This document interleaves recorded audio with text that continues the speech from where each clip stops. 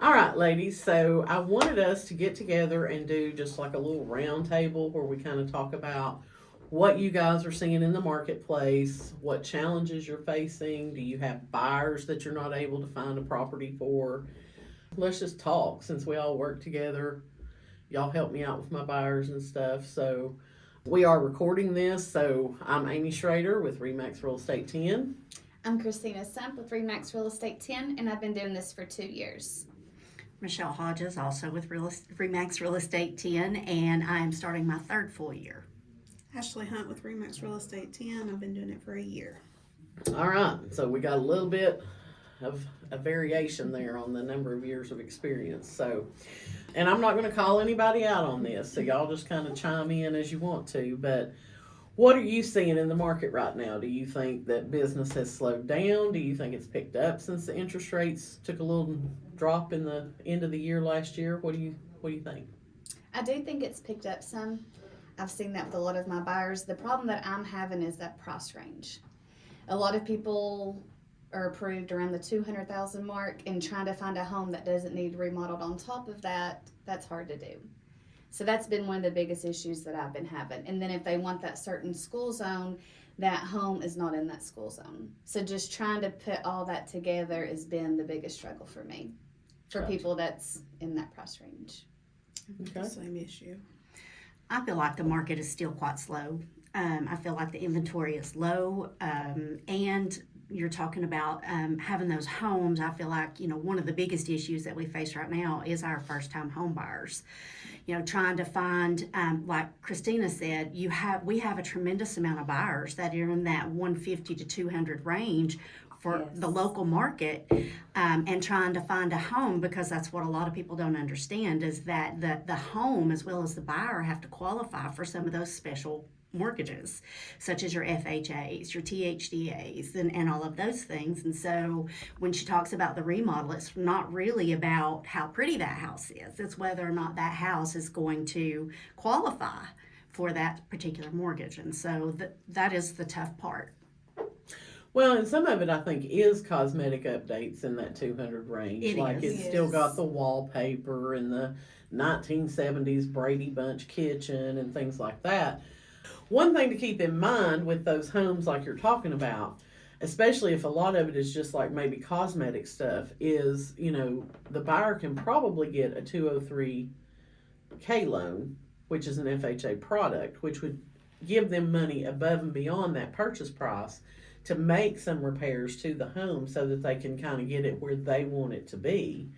There's a little different guidelines on that, but the appraisal will go off of, what the value of the house is now, plus whatever the value of the house would be after those Good to know. things get done.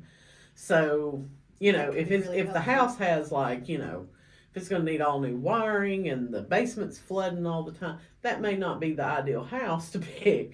Right. But if it's a matter of, well, we love this house, we love where it's located, but we don't want carpet in all the rooms or the wallpaper or the ceramic tile bathroom, that may be a good house to, talk to your buyer about what do you think about doing a 203K FHA loan. Get the lender involved and see if that's something they can work out. I notice a lot of the problems is that the appraisals are starting to come back a lot lower now than what they're on the market for. I've had several that happened to in the past couple of months. When you say a lot, like what are you seeing? I think I had 6 in the past 2 months to come back within 30,000 below. Oh, wow. Yeah. Yeah, that's pretty significant. The worst one I ever had was a lake house over in Cherokee that was going VA, which is fine. You can buy a lake house through VA. But we got an appraiser who was like way up near the Virginia line, who wasn't even a member of our MLS, wasn't familiar with lake properties. He appraised that home for $300,000 less than the purchase price. Wow. Yeah. And even the buyer was like, if that appraiser can find me this house for $500,000 somewhere else, I will buy it all day long. No doubt. You know what I'm saying? And so the VA does have a process that if the appraisal comes in low, you can get a reconsideration of value. And basically the VA can say, yeah, we're just going to say it's worth that amount and move on. We were able to get the deal worked out, but, that was a phone call I didn't want to have to make to the seller to say, Yes. Yeah. by the way, so I've not really had, I mean, that was the one big glaring one I had, and that was a couple of years ago, but I've not really seen a ton now. I think part of that boils down to people trying to stretch out prices a little bit, and buyers are so, there's not a lot of inventory. They're trying to find a house. But again, it boils down to if a buyer is willing to pay this for a house, that's market value. You know what I'm saying? So sometimes appraisals come in short, but if a buyer's willing to pay that, then isn't that what the house is really worth? You know what I'm saying? Should be. Should be. But 30,000 is definitely probably a hard challenge to I've been overcome. taking a few of those lately. I had one last year. The listing price was $379. We did come in a little bit below. It was a brick house out in Greenville. Needed a lot of work done. So we got under contract at $325, which I know again that's a big difference, but there was a lot of work. Well, that appraisal came in $100,000 below. Wow. Holy cow. Yeah, it came in at $297, and it was just, we couldn't believe it. So of course I called the listing agent, and they were just like, nope, it's worth it. We're sticking to our guns. We're not going to do it. And my buyers are like, I'll pay maybe $30,000, but we're talking $100,000 difference. There's just no way. And we ended up getting out of the deal due to appraisal. So that's the only experience I've had with that huge of a gap. So That's why it's important to have those contingencies. Exactly. Yes. Exactly. And obviously, when you're financing it, it's very odd, very rare that you're going to have a finance deal that doesn't have an appraisal contingency. But they do happen because, I've had them where especially back in 2021, where the buyer was like, yeah, if it comes in low, that's fine. I'm still going to buy this house. Of course, then it comes in low, and then they're trying to renegotiate, and you're like, you didn't put an appraisal contingency in, so.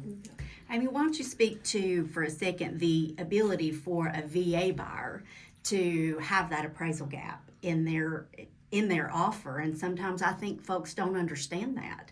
That the VA buyer can actually, does have the freedom to do that as well, and it makes their offer as competitive as anybody else's. Right. And that's been a big misconception that the VA is not, or a VA buyer is not allowed to pay if there's a gap. And they can pay just like anybody else can pay. Absolutely. And I've talked before about, I feel like FHA and VA buyers, sometimes their offer is seen as less Right. than, a conventional buyer.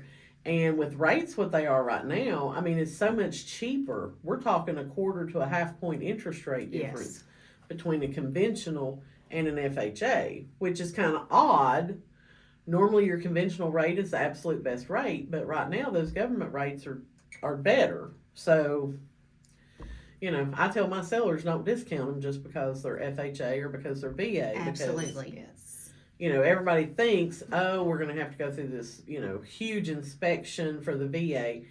VA doesn't require special inspection. It's just the appraisal. And yes, they have certain things. Absolutely. That the house has to meet, but it's not like, they're digging into the house like a home inspector would. So, all right. Do y'all have any buyers that you're working with that like you've looked and looked at inventory and nothing is popping out at them that you want to share? And maybe somebody knows somebody that has a house that might fit that. I have several. Again, younger buyers or first-time home buyers, people trying to get into the market there again. I think maybe even some of the folks that are flipping some of these houses, if they, and the remodel and some of those things are good as well, but I think that they would expand their market and the people who could buy that if they would also learn, maybe what FHA does require on certain things. So is it wise to maybe spend a little more money and go ahead and get your electric panel changed out? Things of that nature. So I think I would love to have somebody, I think we would all love to have somebody right now who really took those things into consideration when they're flipping these houses. Absolutely. Well, and I guess what I'm asking is, do you have a buyer that you want to share what it is they're looking for, like a Yes. price range, an area And, you know, if we put this out on social media, maybe somebody's going to see it and they're like, well, my house works for that. You know, you might be able to help your buyer find a house. I have several people looking for lake property that's lakefront, mostly just land. That's really hard to find right now. That's lakefront property. Yeah. I Most agree. of it has sold in the past 3 years. That's what I've I been saying agree. with my buyers. I've had some, and we just cannot find the right. And I mean, they're open to, you know, Douglas, Cherokee. It's just finding that perfect price range for inventory what. is- Yes, the inventory on it. Yeah, because what we've seen, like previously before 2020, and I'm kind of speaking before y'all really got into it, you know, people would buy a lake lot and it'd be 10 years before they planned to build on it. And I think most of the buyers in the past 3 to 4 years that are buying lake lots, quite a few of them are going ahead and like getting on that builder schedule and they're Yes. going ahead and building. And so the inventory has definitely come way down. And then you've got the unicorn people. Yes. You know what I'm talking about. Yes. Yeah. I'm looking for a lake lot that I can put my camper on. I got about a $20,000 budget. I'm Yeah. like, yeah, that ain't It's happening. not happening today. How many phone calls do we get like Oh. that? All the time. All the Quite time. often. Yeah, and people I don't think understand that unrestricted is truly a unicorn. I mean, like it's very rare when you do get them. It's usually larger tracts of land, Mm-hmm. and they're going to carry a hefty little price tag with Right, them. And that's why all the land got bought up by developers right. and put into Right. subdivisions because the average Joe, you know, can't afford it. It's like that property on Doe Drive I sold last year. You know, it was like 10.5 acres unrestricted. Sold for $700,000. So most people can't afford that, unfortunately. Fortunately, especially with the interest rates lately. Well, I have a couple of buyers that are looking for, again, that there's something in that 150 to 200 range that offers, you know, at least maybe an acre of land. They'd like to be outside the city limits. They, you know, want a little bit of privacy, but so if anybody out there has something along those lines, that again, my buyer is FHA, so the house would have to qualify. But yeah, we'd love to know about it. And on FHA, I mean, you know, people think, oh, there's that government loan talk again. But I mean, really, as long as the house, you know, like you're not going to catch it on fire with your electrical. Right. You've got the GFI Right. outlets where they need to be. Your roof's not leaking, and peeling paint to me is like probably the biggest Right. issue on the outside of the house.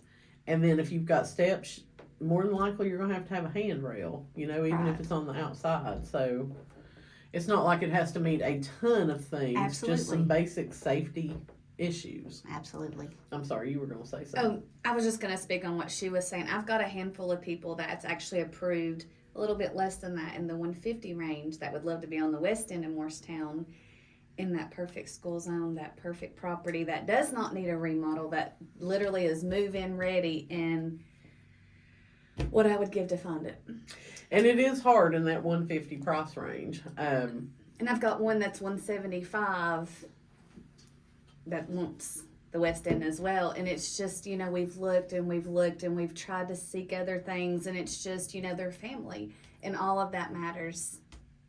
Being somewhere safe, the school zones, the areas. And it just makes me feel so bad. So then they have the conversation, well, does it make more sense to rent versus buying? But they're literally paying a house payment. They So it's are, like, but what right do you now do? they're probably better just trying to save that money to build towards a bigger down payment. Exactly. Yes. Because I mean, honestly, under 200, y'all know this. It's going to be It's- real hard to find Absolutely. anything. And I'm so proud they even can, they're qualified, they can do it. It just makes you feel terrible. It does. I mean, it's disappointing for you as well as for them because you don't want them to give up hope completely. No, and you want to provide them a good service, take them home. Family means the most to me. So it's just so personal. Like being able to take someone home, that's the most important thing in the world to me. And when you can't do it, it just puts you in a bad spot. Well, and maybe those are people you need to talk to about that 203K loan. Are they Yes. willing, you know, to buy a dated house if it's going to get them where they want to be, and then they can get those updates done. Yes, thank you for that. You're welcome. All right. So I know multiple offer situations are still happening. What have you found to be some tips or tricks that you use to help get your offer accepted? Anybody? Well, I think when you're in a multiple offer situation, I think it's really important because they're looking at so many different offers. So they need to see, it's important that you take the time to really fill that out and really send in a solid, good offer and one that makes sense because they are looking at a ton of different things. They can tell by looking at that who's going to be good to work with and get them over the finish line. They can tell, who's overbid just trying to get the house. I mean, so I think you just really have to work with somebody who has got a really good, realistic view, who knows, okay, what is your top dollar? We can't work past that, but what is your top dollar and work from there. So that's one of the biggest things that I do is try to go in and remember I have a lot of competition. And doing an escalation clause That's what I really was about to can, Yes. that really can make a huge difference. Especially in Knoxville. So let me ask you a question. If you do an escalation clause, what are you doing about appraisal? I usually Sorry, I'm sorry, go ahead. I still usually require an appraisal. Okay. Or, the appraisal gap. You're going to pay that appraisal gap if there is one. So when you write an escalation, you're basically waiving the appraisal and agreeing to pay the difference. If they can do it, yes. If Okay. we're gonna write that, you got to be prepared to do it. So to me, that's gonna make your offer that much stronger if they're willing to do it and they've got the cash flow to do it. If we do an appraisal gap, though, I always go back and remind them, okay, so how much this is the part where you have to protect your buyer as well, because you have to remind them, okay, at this point it's saying that you're going to pay more than this home is worth. So what is that gap? What is that worth to you? That's what And I always so ask. I always have to make sure that they understand that if something happened tomorrow and you have to flip this around, if you're going to pay $50 or $50,000 over on that appraisal gap, you're not going to recoup that $50,000. Right. Right. And what I've noticed is mostly this is like their forever home. They're willing to put in a little bit more money. They're willing to take that cost on. And then if they're not, don't ever do that clause. Yeah. Yes. Definitely. Yeah. Don't write it just to get the house. Yeah, oh, absolutely No, you not. have to really think long term when you're doing something of that nature. Right. So other than price, are there other things that you talk to your buyers about that they could strengthen up to help them get the house? Inspections. Absolutely. Waiving inspections. Don't really recommend it, but it's still an option. Okay. Anything else? Time to close is a big deal. And for a lot of folks, it's, again, and I hate to say it because we've talked about the different types of loans, but a lot of times it's a type of loan, that they're going to look at. So they're going to look at every factor, and you have to know that going in. So you need to be able to look at anything you have an option to be competitive with and figure out how competitive you and your buyer can be. Exactly. So if you're looking on the MLS and, there's some houses in there and your buyer falls in love with one and on possession it says negotiable, how do you coach that buyer when they're writing that offer if it says negotiable? On possession of the home, I think it really depends on, why is it negotiable? Are they looking to, do they need to get in the home? How quickly do my buyers need to get in the home? So if they can, if they're in a position to be negotiable on that, we can work with the sellers on what they need. Being accommodating is a big deal. I think it determines too if the sellers are needing to maybe rent it back for a period of time, or if they're wanting to get out of it quicker, whatever the situation may be. But I do think it's important that they understand what that means, that when you go to closing, if it's, if that's laid out, you may not be able to go into that house right away. Right. Well, and the key thing is, if you're not sure, pick up the phone, call the listing agent. What do you Yes. mean by negotiable? Does that mean the buyers can take possession early, because that could be Sure. a possibility, Right. or do Right. you mean your sellers need time? I know there was a house over on Douglas Lake, and I had some out-of-state buyers, and they were so frustrated. They were looking for a lake house, and they lived in Wisconsin, and it seems like every time a good lake house come on, by the time they could get off from work, make the travel arrangements, get over here, the house was under contract. Happens quite a bit. So I went and did a Zoom call for them over at this lake house, and it was absolutely gorgeous. Had a dock and all that. And so, I mean, it was one of those where the agent told me when I scheduled the showing, hey, we're in multiple offers. They're going to be due, you know, like the next day or whatever.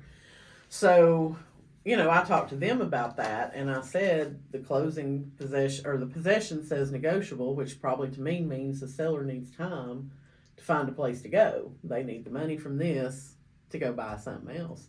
They said, well, we're not moving in until, you know, 6 months after closing anyway. So we offered them a 60-day post-close occupancy as part of the agreement, and it was a cash offer. But the listing agent called me. We were the only offer that gave them the post-close occupancy agreement. We were less than the highest offer, but because we wrote a strong offer, we didn't halfway fill out the contract, they chose to go with my buyer. So, buyer came in 2 days before closing, first time they ever saw the house. And you want to talk about my heart beating out my chest. Right. Because you think, what if they get here and they hate it? You know what I'm Right. saying? At this point, there's no backing out. But they absolutely loved it. It was better than what they had thought it was going to be. So, it all worked out. But point being, you know, a lot of times it's the little things, not just the price, Right. that will make a seller determine which offer they want to work with. I've gotten to where if it's a multiple offer, when somebody submits, I always want to know who they're financing it with. Right. Because that can play a factor too. You know, we do this all the time. You know who the good lenders are, and you know who the lenders are that you seem to have trouble every time. Yeah. So that might be a suggestion as well. Make sure they're with a strong lender. Because I'll tell you, a lot of people don't want pre-approvals from Rocket Mortgage or what's that other one that's online? Quicken, isn't it? Quicken Loans. Yeah. A lot of people are like, yeah, I don't know about that. Right. I don't know about that. So, what's the worst news that you've ever had to call and tell a client? Who wants to start us on that one? Go for it. Let Michelle take it. Oh, that there is an earnest money debate. Yeah, those are tough conversations to have. Those are, you know, when you've tried to dot all your I's and cross all your T's and done everything that you know to possibly do, and then there is still an earnest money debate, and yeah, and your clients don't understand the other parties, you know, after that money, and it's just, those are tough. I'm gonna tell you, when you're having to call somebody with a $30,000, I mean, if you were representing the buyer, then that wasn't an issue for you. But that having to call the seller on those appraisal gaps. Yeah, mine was the seller actually. On that. Okay. So yeah, that was a tough conversation, Yeah, wasn't very it? tough. 36,000 to be exact. Yeah. Oh gosh. Yes. Because there's no way not to offend them when you're breaking that news to them. Well, the second appraisal come back higher, so sometimes it's just the appraiser. I agree with that. And I think now that we're seeing a lot more agents from the Tri-Cities and from the Knoxville area, you know, they come in here selling houses that we have listed, and typically the lenders are from outside of our area. Therefore, their appraisers are from outside of our area. Exactly. And I get that the data is the data, you know what I mean, when you're looking at it on the MLS, but if you live here, then you just know the different nuances of Morristown. Like, oh yeah, this subdivision always brings top dollar versus the one on the backside of it, which is $75,000 less. You know what I'm Right. saying? And they're just not familiar with that. Right. They don't live up here. They're not from here, so they just don't know our market. So if you're just looking at, you know, this radius around, then sure, it's easy to say, well, based on these two that are quarter of a mile away, and I guess like one of the things I'm thinking about is like Franklin Square. Yes. You know what I'm saying? Yes. You've got that subdivision that is going to get a premium price because of the homes that are in it. But you go right outside of that, and you're talking about like Drennan Drive and Lee Drive and those houses in there.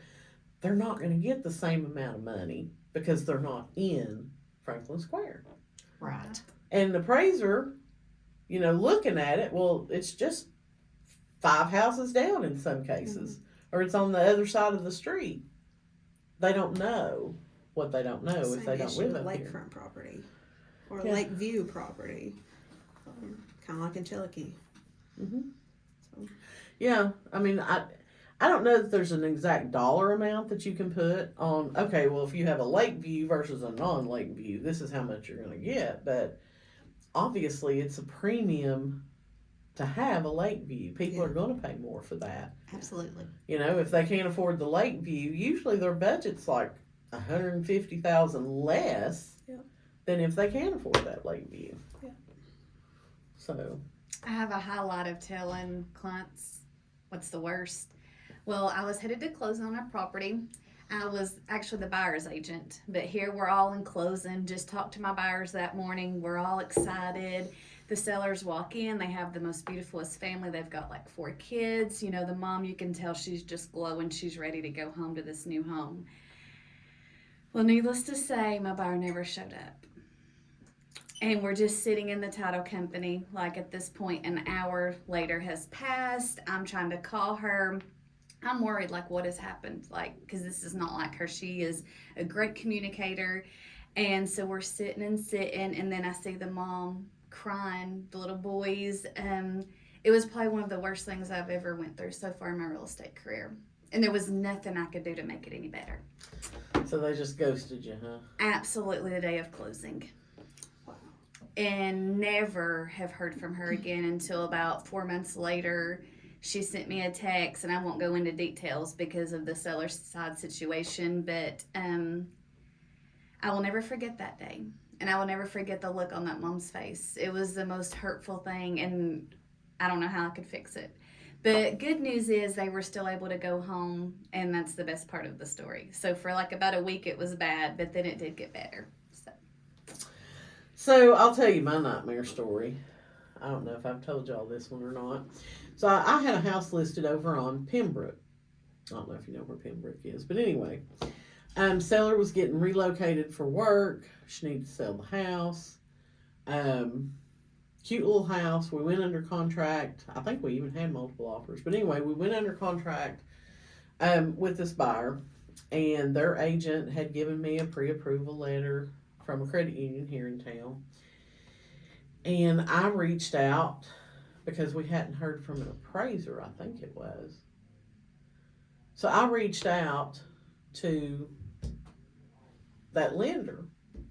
Said, hey, I've not heard from an appraiser. Can you tell me what's going on? Just trying to get an update. And the lender called me and they were like, yeah, we didn't issue a pre-approval letter to her. Okay, that's fine. So I called the buyer's agent and I'm like, I just talked to them and they said they didn't issue this pre-approval letter to her. Like, I'm going to need to know, what are we doing here? Because my seller's already moved at this point.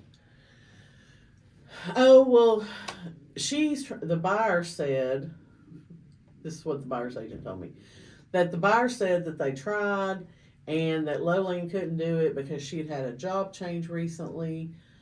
So her dad, who worked in Knoxville, was going to do the financing for him. He was basically going to owner finance it, but he wasn't the owner, you know what I mean? But she was going to buy it, have it in her name. He was going to be like a traditional mortgage holder. She'd make payments to him, the whole 9 yards. Okay. So, and this is a long drawn out story, so I'm going to abbreviate it as much as I can. But, so we went into, my seller had already moved, so she signed her documents, of course, as a mail away. I go to the closing and to pick up my check. Well, they didn't have the funds yet. Like, they had signed the paperwork, but the man hadn't been able to get by Home Federal or something to send the wire, da-da-da-da. And I said, well, where's my keys? because they're not in the lockbox. I went to pick the lockbox up. Keys weren't in it. She's like, oh, I gave them to the buyer at closing. I said, you gave this buyer keys at closing when we didn't fund. She was like, oh, yeah, I know her family. It's fine. It's fine. Okay. It was not fun. It was not fun. This buyer had created an email address that mimicked her dad's email. And I don't know how she did it. I don't know where she got the info, but she created a loan package that was very similar to any mortgage package you would get from a lender. Title company had been in contact with the dad through this fake email address. He sent him the package, and he just had every excuse as to why this wasn't working for the wire. Like, he kept having problems, or he couldn't get to the bank. And so after like a full day of this, the daughter was going to go pick up a cashier's check from the seller, or from her dad, to pay to the seller for this. She brought in, it was hilarious. It looked like Venus had tried to put together a cashier's check. You know what I'm saying? It was like a cutout piece of cardboard with some carbon copy something on. Like, it was so obvious that it wasn't real. Wow. And so the title company had to call me. And then I had to call my seller, who thinks her home is closed. Oh, Who thinks she is, done. And say, this was all a sham. This was all a sham. So, long story short, she did get prosecuted. I think she is currently in prison for mortgage fraud, as well as a nice few other charges against I was her. just Wow. thinking, did she really think she could get to closing and get away with that? It I don't know. blows my It's like, mind. that's my thought. It's like, how did you think It was gonna go through. it was going to go through? But the bad part is, she was married, and her husband had no clue that she had done any of this. Wow.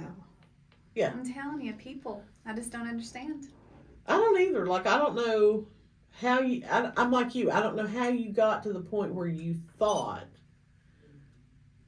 that all this was going to happen. Did she think the title company was going to record that new deed before we got the money for it? But yeah, that was probably the worst call I've ever had to make. That lady was so not happy. And I get she understood it wasn't necessarily my fault, but in the customer's eyes, it's your fault. Whether Absolutely. it was or not, it's your fault. Absolutely. Always. I should have done more to find out that and I'm like, honey, she had the title company fooled. Okay, so yeah, it's just, it was not good. Not good Gosh. at all. That's terrible. I'm so sorry that happened to your seller. Yeah. Ended up, she pulled the listing from me, which I totally understand. Like I said, in her eyes, I should have done more. You know what I mean? She listed it with somebody else, and they did get the house sold. So I was happy for her at that point, because Right. she had already been through the ringer with this. But anyway, anybody else got bad news stories they want to share? I hope we don't have any more. Speaking of tough things to tell, we can talk about this for a second. But another hard thing a hard conversation to have with your client is when they really have an inflated view of what their house is going to sell for. Mm-hmm. And you have to have the conversation that the market value does not match that. That is never, ever easy. No, it's not. It's not. And I mean, another conversation that's not easy to have, because you're having this conversation before they're really your client, Mm-hmm. is, you walk in, they're wanting to list their house, and it's just a hodgepodge of stuff. It's not like they're hoarders, because everything is very neat, very organized, and, decorated, I guess. But they just have so much stuff that you feel overwhelmed by it. You know what I mean? And that's what we talk about decluttering. It's hard to picture yourself living in a home like that. When It's you're hard so to see the overwhelmed. house, Exactly. because all you're seeing is The their stuff. stuff. Yes. And it's every nook, every cranny, every corner, every shelf, everything. You know what I mean? And that's a hard conversation because, It like I is. said, they're not really your client yet. You're on that appointment and you're there, and they're like, "So, what do you think? What is there anything I need to do before I can sell my house?" And I'll never forget my first experience with that was up at cabin up at Lone Mountain Shores. And it was a lady that I actually knew, and she had had her house listed with 2 or 3 other agents. Had been on the market off and on for a year or more. And this was obviously back before like COVID and everything. So this is probably 2017.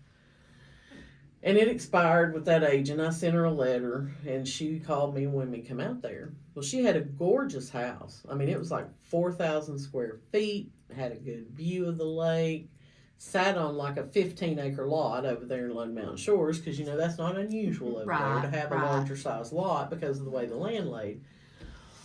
But, yeah, she had way too much stuff. I mean, literally, there were a couple of rooms where, like, there was a designated path for Oh, you to go wow. down that room. And she used to run her business in the basement of that house, so they had, like, an office set up with all these desks and phones and all that. And so she said, "So what do you think? Why do you think my home isn't selling?" And that was a little bit different because I did know this woman. You know what I mean? And I just thought to myself, I was like, okay, this is your moment of truth. Either you tell her the truth and try to help her, or you lie and you list the house and it's still not going to sell. So I told her, and I said, what I'm about to tell you is probably going to hurt your feelings, and I'm not trying to hurt your feelings. I'm just trying to be 100% honest with you and let you know what I think is the problem. So I told her, I'm like, you've got way too much stuff in this house. And I said, it's a huge house, but when people come in, they feel so cramped and so crowded, they can't see the lake view, they can't see the potential of this house. And it went a lot better than what I expected, I'm going to say that. Like, I had a huge sigh of relief, because then she wanted me to walk through each room and help her see what she needed to pull out. And she said, give me 2 weeks. And she did. She hired a storage unit, or rented a storage unit, had somebody come and help her load up all this stuff, moved it out, and within 30 days we were under contract with a cash buyer and got her house sold. That's awesome.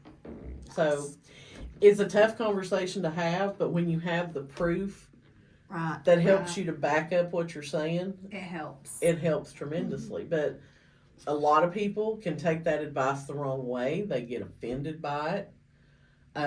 So whenever somebody comes in, you know, whenever I go on a listing appointment and they say, so what do you think I need to do to sell my house? I tell them up front. I'm like, okay, I'm probably going to hurt your feelings, but I'm going to tell you my thoughts on it. I do this all the time, so this is what I think. Right. I'm not going to be the right fit for everybody. Some people can appreciate that and some people don't. So, but have y'all ever heard that book, Eat That Frog by Brian Tracy? Mm-mm. You might want to pull it and read it. It's a real short read. I mean, it's not anything major. It's not a 200-page book. I think it's probably 50 pages or less. But it's called Eat That Frog. And basically the principle of it is, when you've got something you dread doing, just do it. Like, if you go into work the next day and you know, you get the email 10 o'clock the night before that the appraisal come in short, and you know when you go to work the next day, I got to make that call and tell them their appraisal come in short. Do it first thing. Do it first thing. Get it done. And the relief that you feel will be incredible. Because if you wait and procrastinate and put it off and be like, well, I'll call them after lunch. Well, I need to do this first and then I'll call them. You just keep building that dread up. And it's kind of like the old just rip the Band-Aid off and get the pain over with. But that was what it was called, was Eat That Frog. Do that one thing that you really don't want to do first thing in the morning. Get it over with. And you'll be 10 times more productive the rest of the day, because you're not dwelling on, how am I going to handle that? So, All right, so I think we're about to wrap up here. But I did say that if y'all had any questions for me, that I would answer some questions. So, who's got a question? I do. So, what is your predictions for the real estate market in the next 6 months to a year? Well, let me pull my magic 8 ball out. Okay, so this is what I think, because the Fed has said they plan to lower the Fed funds rate 3 times this year. Okay, that's what they're predicting they're going to do. That doesn't have an immediate effect on mortgage rates most of the time, but it will have a trickle down effect. So I think we're going to see mortgage rates come down. I think as the rates start coming down, like you said, we had a rate decrease last year. More buyers started coming out. When rates start falling, people who have been sitting on the fence about listing and selling their house are going to be like, okay, the low 6s, I think I can deal with. They don't want to do 7 or 8%, but the low 6s, I think they're going to accept it. And I think we're going to see more homes come on the market. And we're going to see more buyers. But most of those people who have to sell are also going to buy. So I personally think that we are going to see a market probably not as crazy as 2021, but pretty close. Because I think when those floodgates start to open again, it's going to hit. I don't think people are going to be crazy like waiving home inspections and doing all that kind of thing. But I think it's going to be, heated again. I think you're going to see homes going under contract that have multiple offers. And I think that most of our activity is going to happen between now and September. And I say that because this is an election year. And once October hits and all those political ads start getting thrown out there, you'll go meet with people, and whether they're looking to buy or whether they're looking to sell, the biggest response you're going to get is, well, I'm going to wait till after the election. I want to see who wins the election and see what's going to happen before I do anything. So, I would tell you, make hay while the sun is shining, because I think come September, we're going to see a slowdown, because people just, anytime it's an election year, people just kind of start putting off those decisions until after that election is over and done with. And because everything is so polarized now in terms of politics, it'll be crazy. It'll be crazy. But that's what I think. Anybody else? I think I asked earlier when we talked about the VA mortgages. I appreciate you explaining that, because I think it's important for people to understand that VA and FHA buyers can be very competitive. Yeah. And I mean, some of the FHA buyers have 10 and 20% down. They're just choosing to do, an FHA for the lower rate. So Right. You can't really fault people. It's funny when you tell people, okay, well, when you sell this house, are you going to buy another house? Would you pay 0.5% more just to say you're a conventional buyer versus an FHA buyer? Used to FHA was a first-time home buyer loan way before y'all got into real estate. We used to have down payment assistance programs where people like Nehemiah and Ameridream would gift fund the 3.5% down payment. Okay? They weren't gift funding this. Basically, it was paid for by the seller. FHA caught on to our little game, I guess you could say, because I did mortgages back then. And they decided that that was no longer going to be an acceptable down payment source, that they wanted the buyer to have some skin in the game. So those down payment assistance programs went away. So can we touch base on THDA? Okay. Would you explain how that works then, since that other program is gone? Well, THDA does have some programs available where they will give you, they can do 100% financing, and then they can also give you a grant, which will be recorded as a second mortgage, but you don't have to make payments on that mortgage as long as you're making the payments on your house. You know what I'm saying? If you sell the house within a certain time frame, when you do that, they're going to require you repay some of this money. But basically, they can give you a grant. I think it's up to like 5% of the purchase price that you can use towards a down payment, or you can use it towards closing costs. So some people do FHA, THDA to get that down payment money and to help them a little bit with their closing cost.